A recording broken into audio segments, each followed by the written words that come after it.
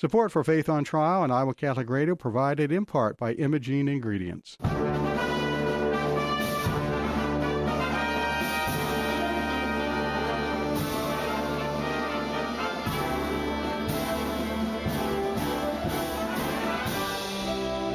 Our freedom of conscience and religion is being challenged by laws and regulations imposed by secular society. It's time to hear from the top Christian litigators in the nation who have come forward to tell us the truth and help us defend our faith.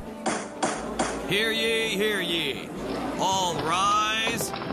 Faith on Trial with Defender of the Faith, Deacon Mike Mano, is in session.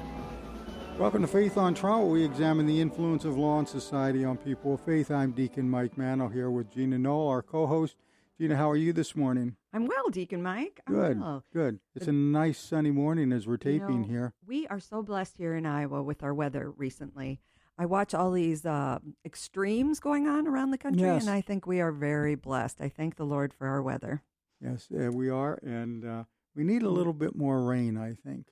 I'm not complaining, honestly. Yeah, we can put the hose out, right?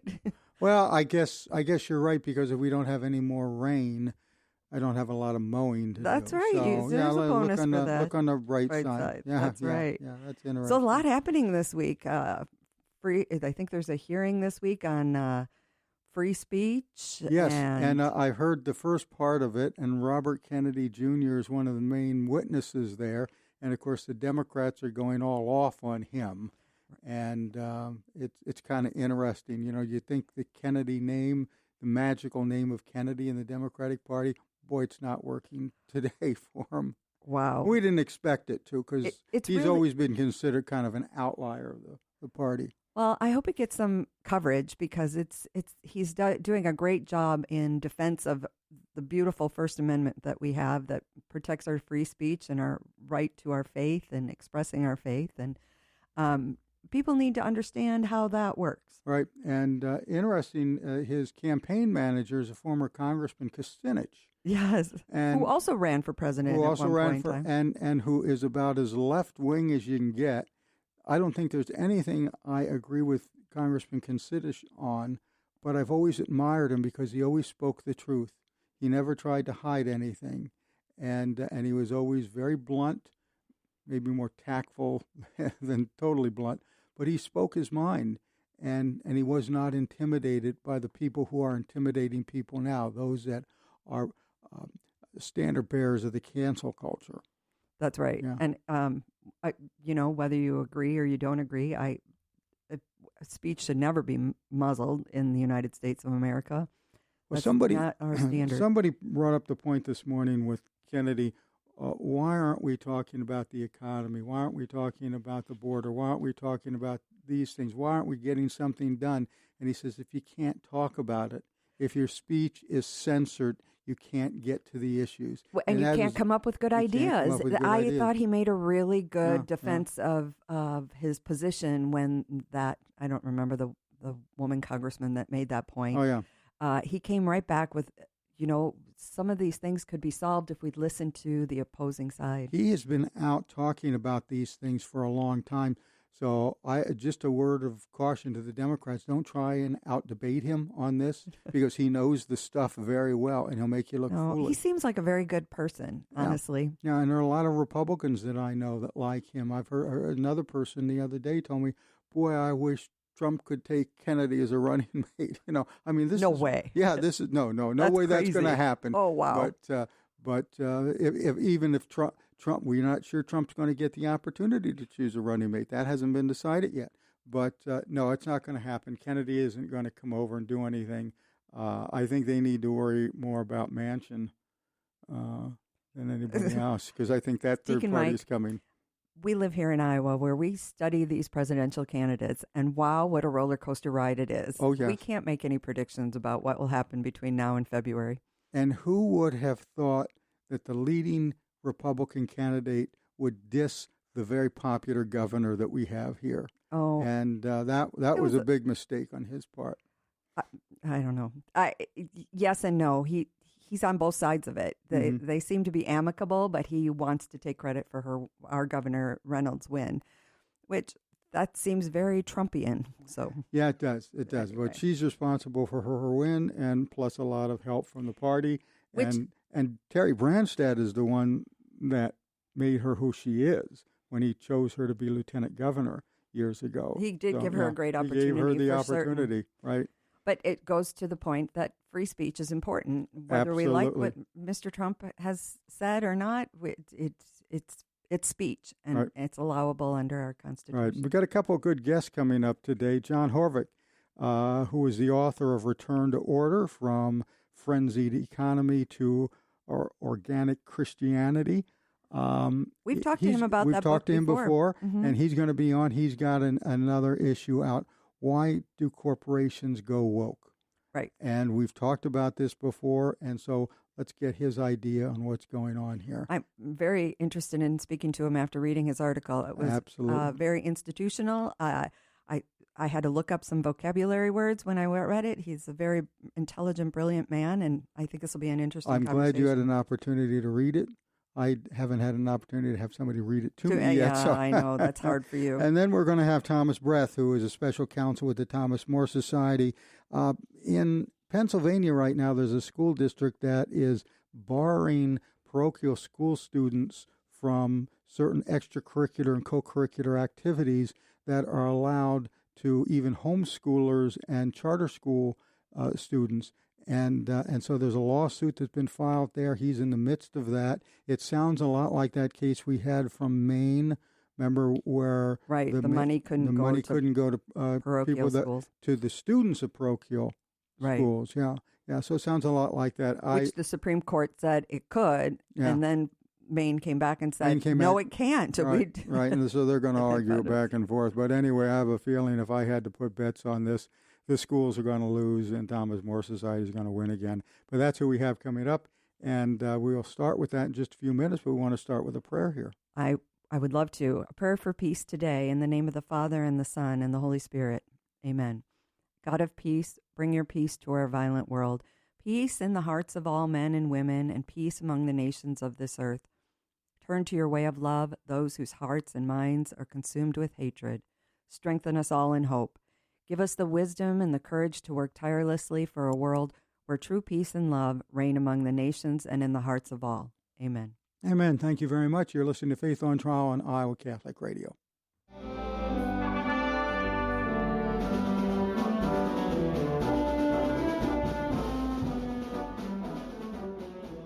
And we're back here listening to Faith on Trial on Iowa Catholic Radio, and we are here with John Hovat, who is the author of Return to Order, a book that was out several months ago, maybe a year ago now, and I've got my copy sitting here in case I'm quizzed on it. I can show everybody that I've actually read the book. So, John, welcome back to the program. It's nice to have you again. We do want to ask you, at least to begin with, to explain a little bit about what the purpose of Return to Order was, the book, and how it has been affecting what you want it to affect or not affect. If that makes sense. Great. First of all, yes, great being back on the show. And yes, Return to Order is a book that helps people understand better where we went wrong in our economy and in our culture, and especially from a Catholic perspective. And my purpose in writing it is, to help people to become articulate and what they want. So often we know what we don't want, but a lot of times we don't know what we do want. And so what I did is I went into searched into what the Church teaches, especially about economy, which is surprisingly a lot, and how it fits into a Catholic culture and a Catholic society. So this is a book that pretty much lays out what the Church thinks and says, well, we can do it. Very good. All right, let's talk about your recent, I don't know if I call it endeavor, but your recent articles on what was causing the woke culture in corporations.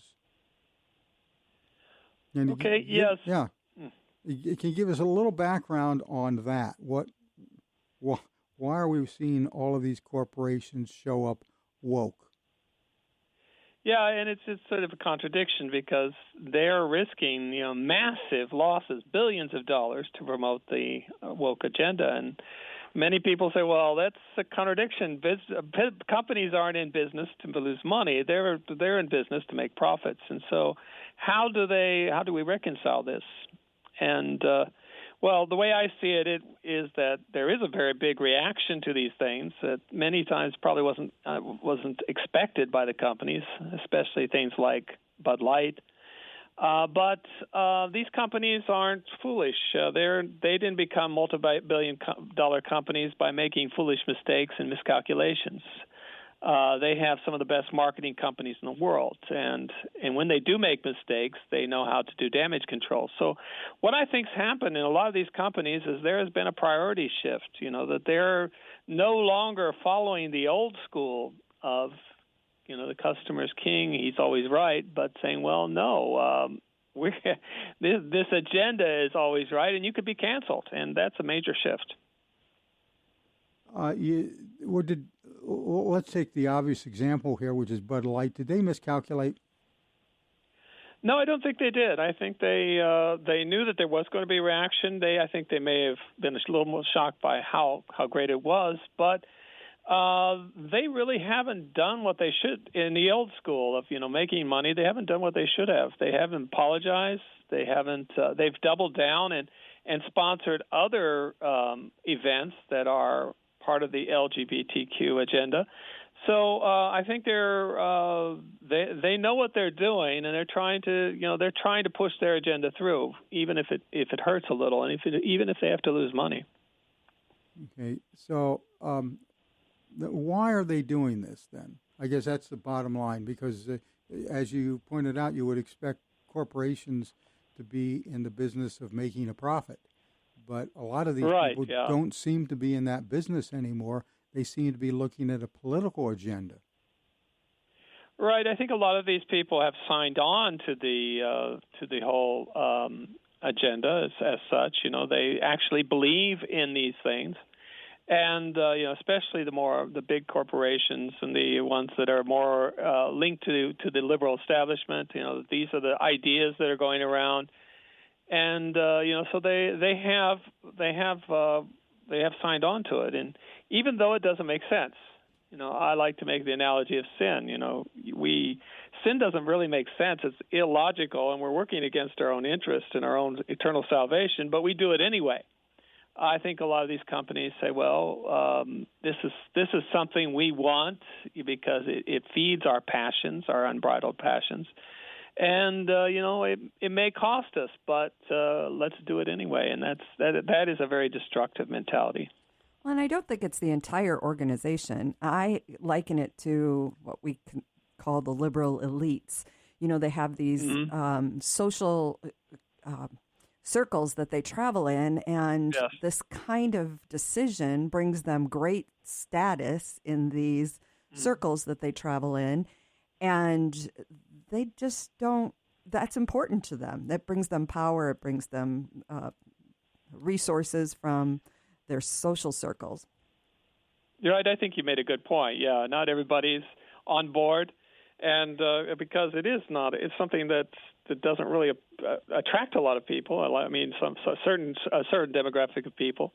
And so, there is a culture that supports all this, and it goes around in a circle, and it feeds upon itself, and so everybody thinks that everybody else thinks the same way, and the media certainly feeds this, and a lot of the political establishment also feeds this. So it's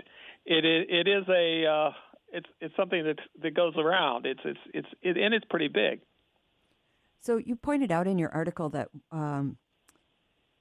these organizations or companies, big corporate organizations, will go through the motions, and I quote, of support for the LGBTQ agenda in the hopes of avoiding complete diminitude. Yes, that was a new word to me. So I kind of looked it up, and I got stuck in a rabbit hole trying to understand the point of that statement. So maybe you could break it down for me and the listeners. What is it that they're exactly trying to avoid? Diminitude is it's the tribute that Christians pay to Muslim rulers. So it keeps them off the back of them, but it does turn them into second-class citizens. So a lot of these companies will go through the motions of paying this tribute, of rainbow washing is what they call it, going through the motions, and in order to keep them off their back, but and turning them into second-class citizens. So it is a type of tribute they pay. It's a protection racket. Yeah, what's that? It's a protection racket. Right, it is. I'm Italian. I know these things. That makes sense to me. So, thank you for explaining that.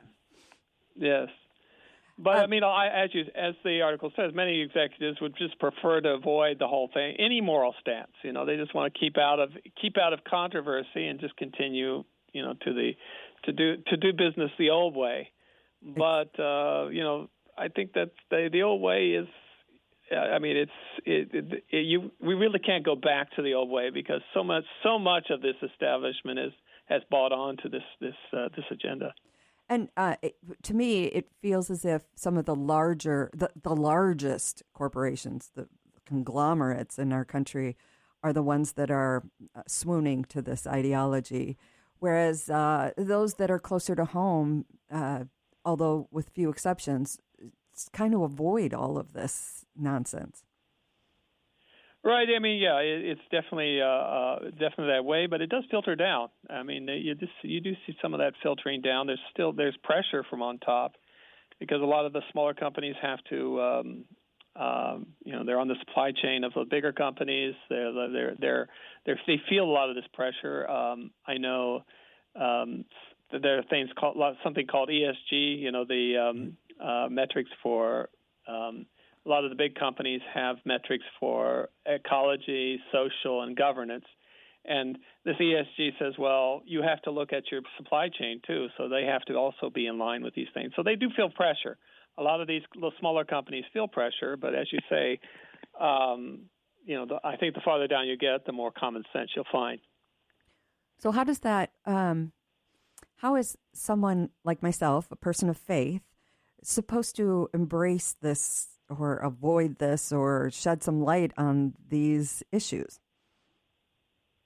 Well, I think that's a very good question. As the article states that what we're facing are a fight between two gods. One is the god of money, which that's the normal way of doing business, and the other is the god of gratification, woke god that says, we want to give free rein to our unbridled passions and define our identities and what thing, everything are just the crazy things that are out there, and deny reality.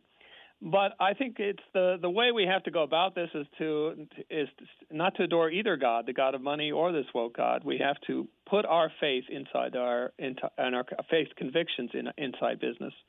So that means that we don't worship money, and we stick to our principles, our Catholic principles in dealing with business, and that is the safest way to do it. That's the best way to do it because we will then have God on our side to give us the strength to resist these things.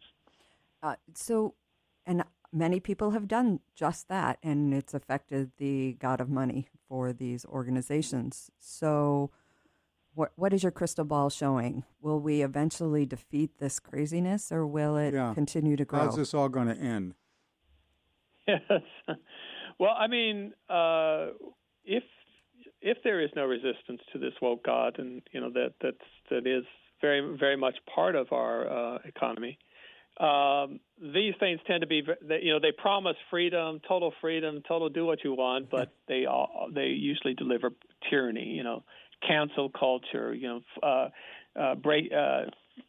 turning you off from boycotts and taking you off the supply chains, fines, all sorts of things can come about. So I think we need to be very active in opposing these things. We have to be very active in being part of that backlash, which is a healthy backlash against the woke agenda, and including that in our faith, to make our faith part of that, to say, well, I am doing this because not only because it's good business, but it's also it's the way toward my sanctification, because that's the most important thing in my life. What we seem to be, or where we seem to be right now, is in a position that is almost against what is the prevalent concept of social justice. And how do we answer that? I mean, what is social justice, and why should we avoid that? Yeah, the social justice movement is one that would say that that it very much follows the Marxist prism of thing that says you can divide everything into oppressors and oppressed people, and we need to be on the side of the oppressed against the oppressors, and that's how things work. And that is not the Catholic position. The Catholic position is always saying we need to unify each other, the rich, the poor, the medium. It's all part of we're a part of one society, one family of souls, and that have as our objective, to go to heaven. And so the social justice thing is very much one of resentments, of hatreds, of trying to bring about conflicts and not to resolve those conflicts. So definitely we have to stay away from those. I think it really does harm to our culture and to everything that we need to have a harmonious society and a society oriented toward God. Yeah, I think the term itself is an oxymoron. I think there's justice and there's lack of justice, but anytime you try and modify the word justice with something else, you're putting a thumb on the scale and you're tipping where you're coming from. Yeah, definitely. I mean, justice is the giving to each what is his due. Right. And that differs according to the person, to the circumstances, and to make these broad broad statements and it is an injustice. It doesn't give everybody what's their due. Okay, so how do we continue to fight this? Obviously, we go back to our faith and our beliefs and all that, but at some point, this has to be done publicly, and it's going to take some political persuasion to be able to combat this. So how do we do that without getting accused of the church entering politics and all that? Yeah, I mean, the church definitely has a role to play in these kind of things. The church is, I think, we have to be very careful not to enter into the liberation theology type perspective that follows the Marxist idea of oppressed and oppressors. The church needs to be involved where there is injustice, of course, but at the same time needs to help those who own companies and those who are who are in positions of influence in these big companies to influence the debate. I think it depends a lot on the actual persons themselves and the situations which they're in. I don't think there's a magic solution that you could say everybody has to do this. But if you have the right position, you will find a way to apply it to your corporation, your business, and be able to transmit that and to earn the respect and honor of those who you employ.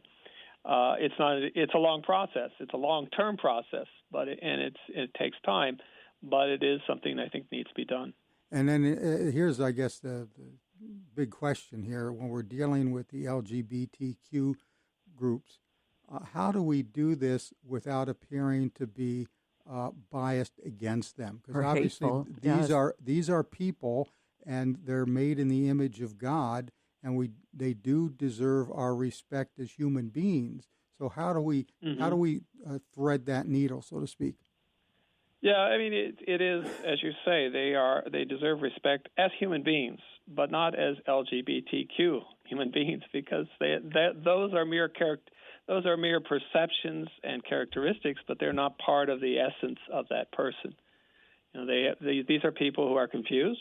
And, we don't honor that confusion. We try to clear up that confusion.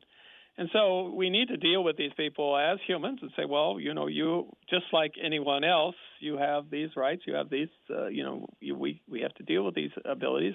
But we also cannot cater to certain fantasies that don't really correspond to reality. That doesn't really work in real society, and it can be very harmful. So we want to help these people, and so we need to be very careful. We need to be very careful how we do it, but we can't be in denial that help is needed. Okay, this is a little off base, but I couldn't help but wonder, and I'd love to hear your response to this. When you wrote the book, Return to Order, From a Frenzied Economy to an Organic Christian Society, could you have ever imagined from the point in time you wrote that book to where we are today that it would have expanded at such a great pace?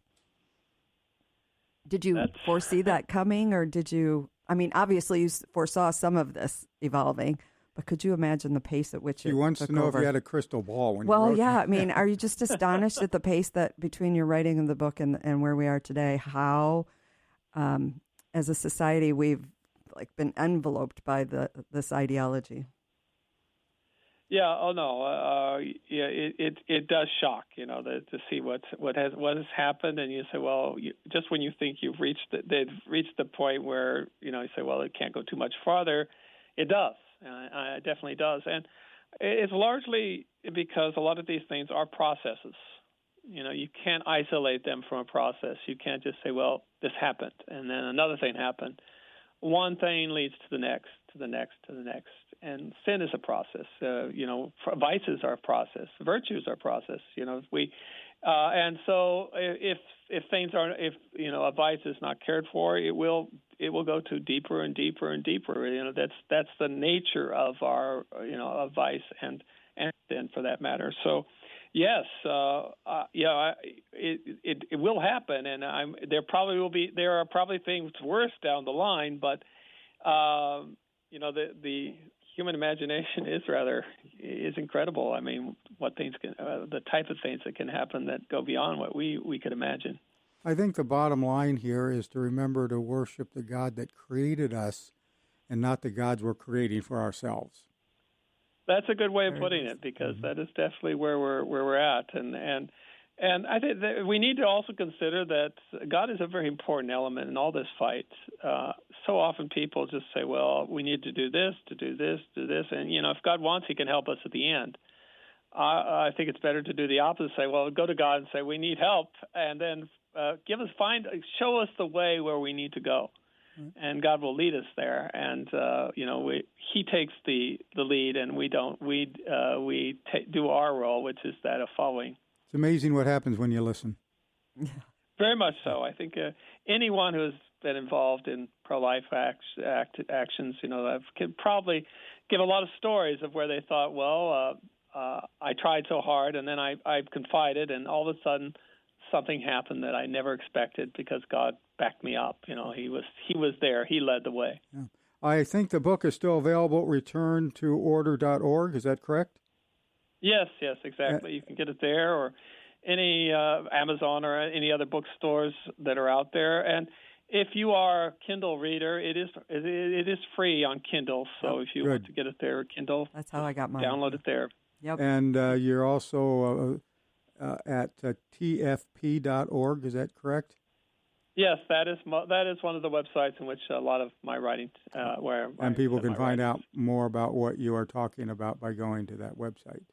Very good Absolutely, stuff. Yeah. Thank you. Good. Well, I want to thank you for being with us today. It was certainly an interesting conversation, a very eye-opening conversation. We wish you well, continue to wish you well with the book, and we'll want to have you back to complete this because obviously we're in the middle of a cultural upheaval, and sounds like you've got your finger on what some of the problems are and where they come from. Well, it's always great to be on Catholic radio. Thank you. That is just so wonderful. Good. Well, thank you, John Hovat. Thanks for your time. Thank you very much for being with us, and we will talk to you in the future. And we're going to take a short break right now, and you're listening to Faith on Trial on Iowa Catholic Radio.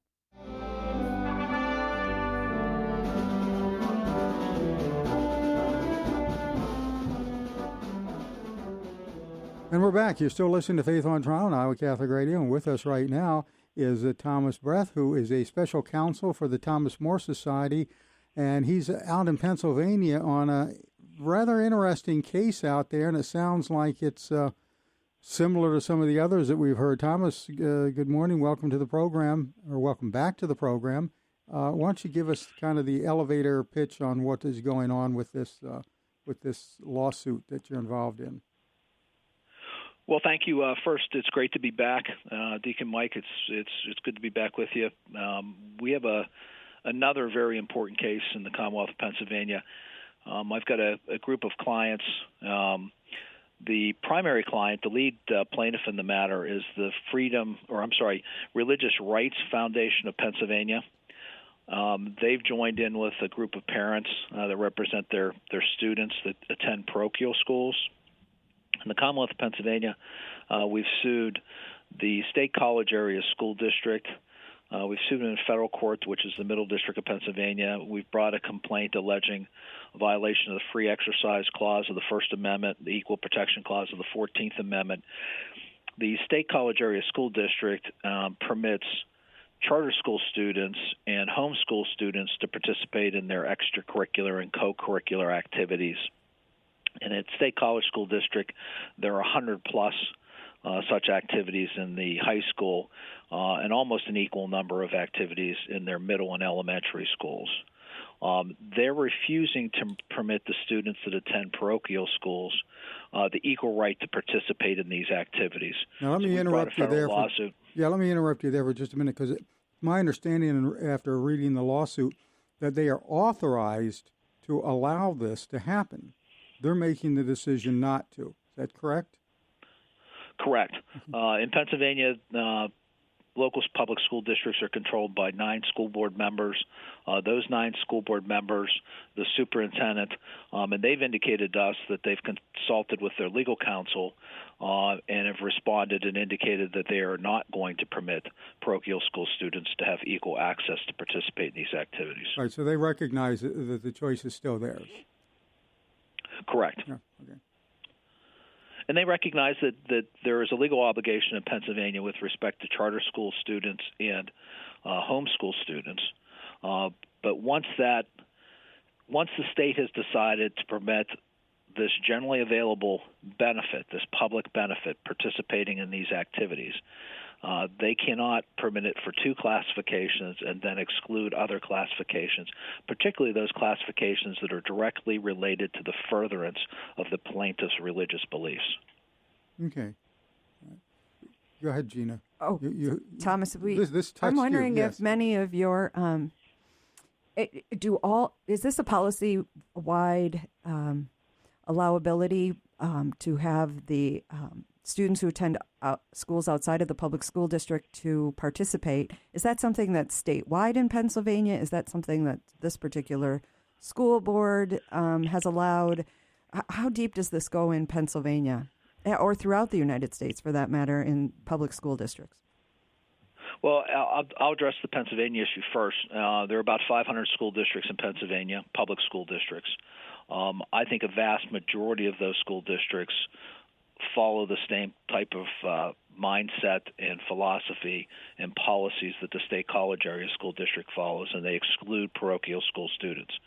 I do work with some school districts. I have some school districts that do permit parochial school students to participate in their educational programs.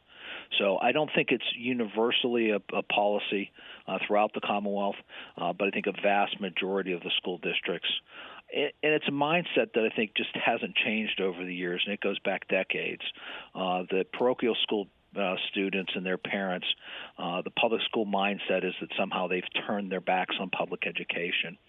Well, and it's taken a lot to change that mindset.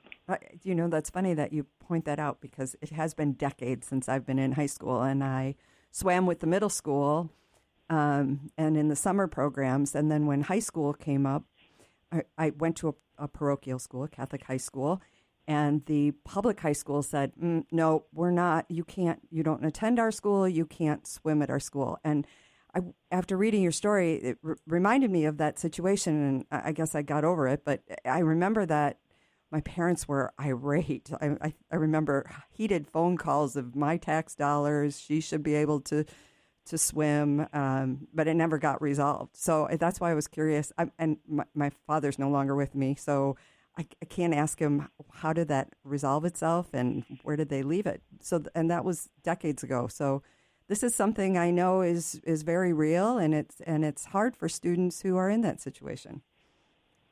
There's no question about it. I actually had a parent reach out to me when she read about the lawsuit and recounted a situation where she had 3 children that had gone through the parochial school systems surrounding the State College Area School District, 2 of which were permitted to participate in an after-school tutoring program that the State College Area School District offered. And she went online and she was recounting the email, and she sent me some of the correspondence with the school district where the kids would sign up. State College Area School District, Penn State universities within the State College Area School District. So they partnered with the students at Penn State, and a lot of the college students would volunteer time to tutor high school students after school. An excellent program. That sounds nice. Her 2 oldest children were permitted to participate as parochial school students in that tutoring program. When it came time to enroll her youngest child, she tried to enroll her youngest child and received an email back saying, "We don't accept parochial school students. It's only students of the State College Area School District." So in that time period, which might have been 5 or 6 years from her oldest to her youngest child going through the system, they at some point changed their policy to exclude parochial school students. I noticed that the one of the plaintiffs is the Religious Rights Foundation of Pennsylvania. Has that organization been around for a while? Were they just created and to be able to fight some of these discrimination efforts with the against people of faith? That organization was actually founded as part of the preparation for this litigation. Okay. When I met with some of the plaintiffs that are in the case, and we were talking about, the types of plaintiffs we would need, there was quite honestly some hesitation. They feel they live in a very liberal community in the State College Area School District, and there was concerns. So we created the Religious Rights Foundation of Pennsylvania. It is designed, and its sole purpose is to protect the religious rights and opportunities and freedoms of its members and the citizens of the Commonwealth of Pennsylvania. So it is a new organization. Their membership continues to grow. Many of their members are parents of students that attend parochial schools within the State College Area School District. This is, for lack of a better phrase, the first fight we're fighting. I'm excited about it. I'm a product of a Catholic elementary and middle school.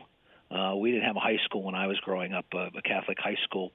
Glad we have one now. But so I matriculated into the public schools, but my heart's still in the Catholic educational program, and this is a fight that I love fighting on behalf of parochial school students across the Commonwealth of Pennsylvania.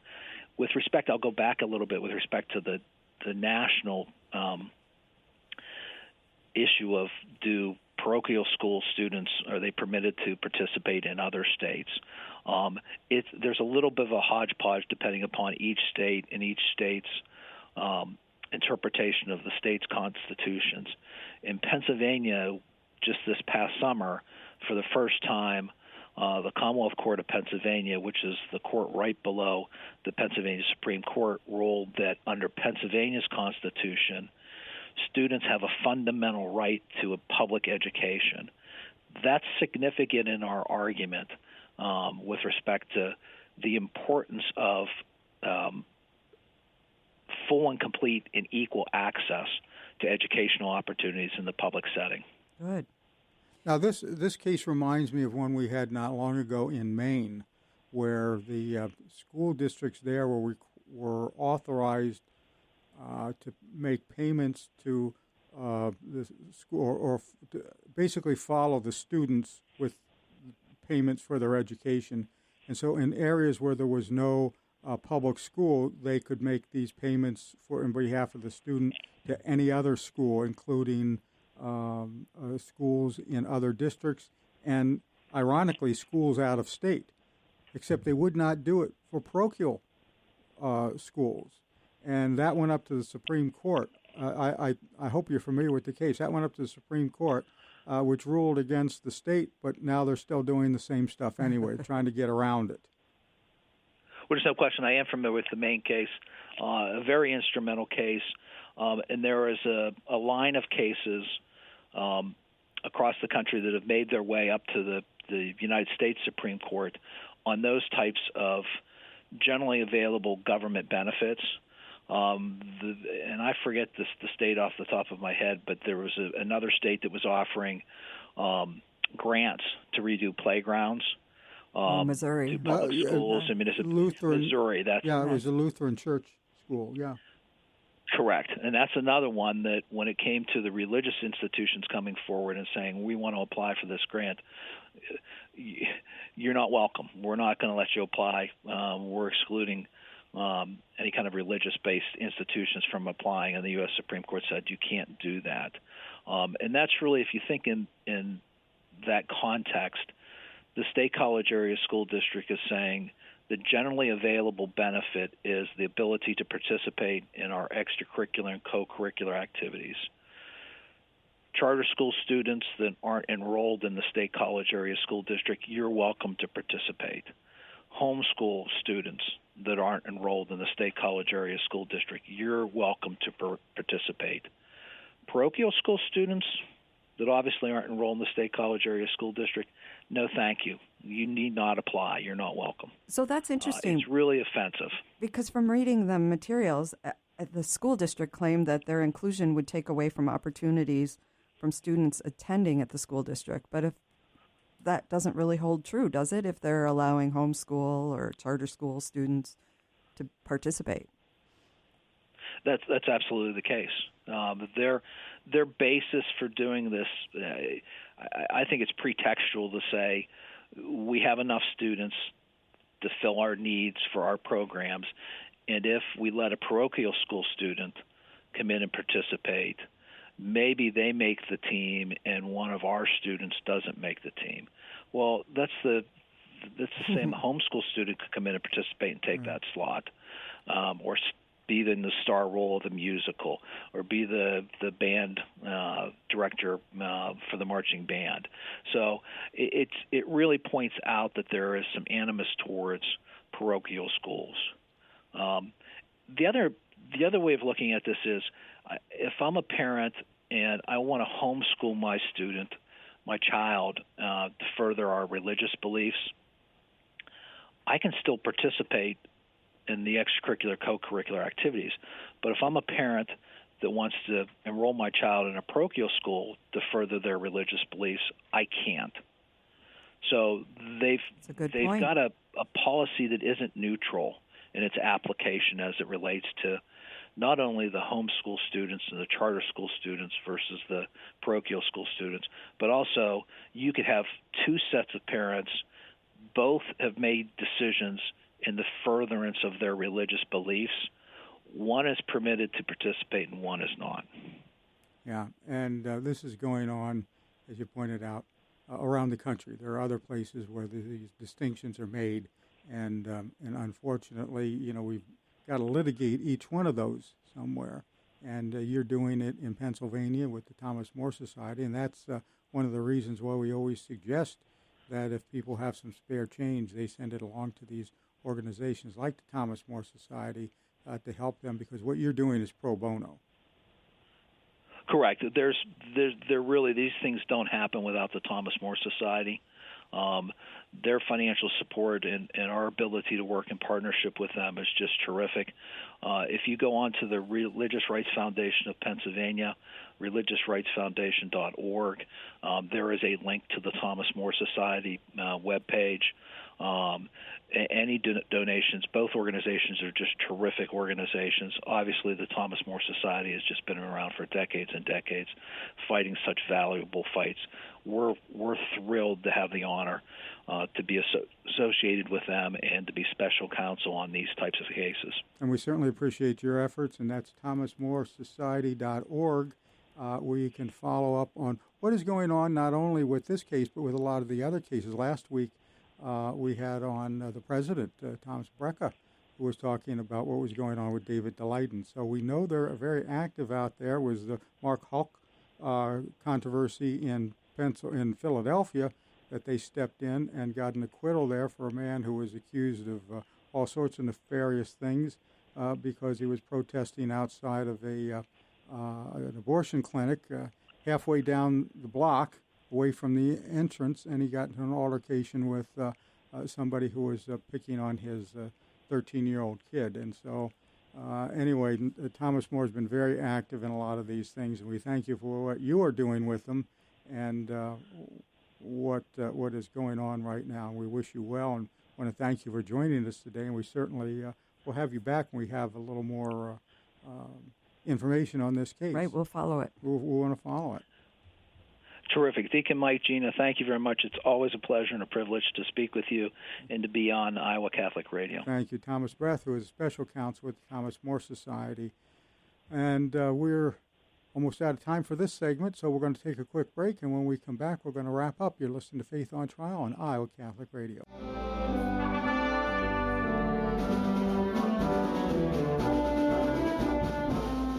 All right, we're back. You're listening to Faith on Trial on Iowa Catholic Radio. And Gina, we had a very interesting program again. One that expanded my emotions and the other one that expanded my vocabulary. Your vocabulary, that's right, yeah. And I have with me here, I have his book, Return to Order. And if you go through it, you can see the markings and the underlines. And those are probably all the words that I needed to look up to at the time. Yes, well, Hovat is a very... he can see into the future. He's just very good at exploring history and understanding what we're living through today. Yeah. I would highly recommend the book. Interesting prophet for our times. That's right. What you're saying, okay. And your knowledge will be expanded, and your vocabulary will be too. Will be too. And I can't help but take away from his explanation of what's our economic society is endeavoring in at this point, that we as Catholics and disciples of Christ must share natural law and the truth wherever we are at. You know, that it's important to have those conversations with neighbors and strangers and family members so that we aren't enveloped in this. You know, that's one of the things about ideology. this program. You know, we have somewhat of a limited audience because of the station that we're on. You know, it's not a huge station, and religious radio sometimes isn't everybody's what everybody is wanting to listen to. But we do have loyal listeners out there who can take what they hear here and mention it around the water cooler coffee and spread the truth a little bit, because you're going to find out that a lot of the people that you deal with and that you see every day are forming ideas that are based on the things that they hear from the secular media, the things they hear from the woke media and from woke corporations, and they don't give a thought to what else is going on, and maybe we can make the difference, not because they're listening to our program, but because somebody who listened to our program met with them and talked with them and got into a discussion and mentioned something that they heard here. Right. And maybe turned them on to the program. Right. Yeah. On the legal side, with the children in Pennsylvania State Center, or State College, Pennsylvania, right, that aren't allowed to attend activities or participate in activities on the public schools programming, it makes me wonder that I'm glad they started this organization, religiousrightsfoundation.org, because, this situation happened to me, and I'm sure my parents didn't even think about a lawsuit, because probably by the time they got through the whole suit, I would be out of high school. It would not benefit me individually. So I'm hoping that this organization continues on and helps students throughout the cycle of their high school career. Yeah. Not just today, because I can't imagine that this lawsuit will be settled in the near future. This is the type of lawsuit that will not get settled, but will go to court and will go to appeals. And my guess is the school district will be found non-compliant with the Constitution, and then they would do like they did in Maine and try and figure a way out of that, to look for the loophole, And they're doing that with several other cases that just came down from the Supreme Court. Something I didn't ask is I wonder if they can revoke their policy, the school board, to be able to share. He didn't indicate that it was like a state law or anything. No, it's clearly their policy. So they could change the policy. They could change the policy. And, of course, But it would affect everyone, right? If they change the policy, in that homeschoolers district, in that district, right. Right. Okay. Now, of course, as we say, in election time, you can change your representative. That's true, how too. these people get elected or appointed or whatever. Anyway, we're just about out of time, so let's end with our defender's prayer here. St. Michael the Archangel, defend us in battle, be our protection against the wickedness and snares of the devil. May God rebuke him, we humbly pray, and do thou, O Prince of the heavenly host, by the power of God, thrust into hell Satan and all the evil spirits who prowl about the world, seeking the ruin of souls. Amen. That's it for today. Remember, you can see me every week in The Wanderer, or you check out my columns on our blog, faithontrialradio.blogspot. And remember, we'll be at the fair this year, and our September fundraiser, our on-the-air fundraiser, is scheduled for the week of September 25th. And one last note here, many thanks to our departing board operator, Jimmy Olson, who is leaving. This is his last day with us here.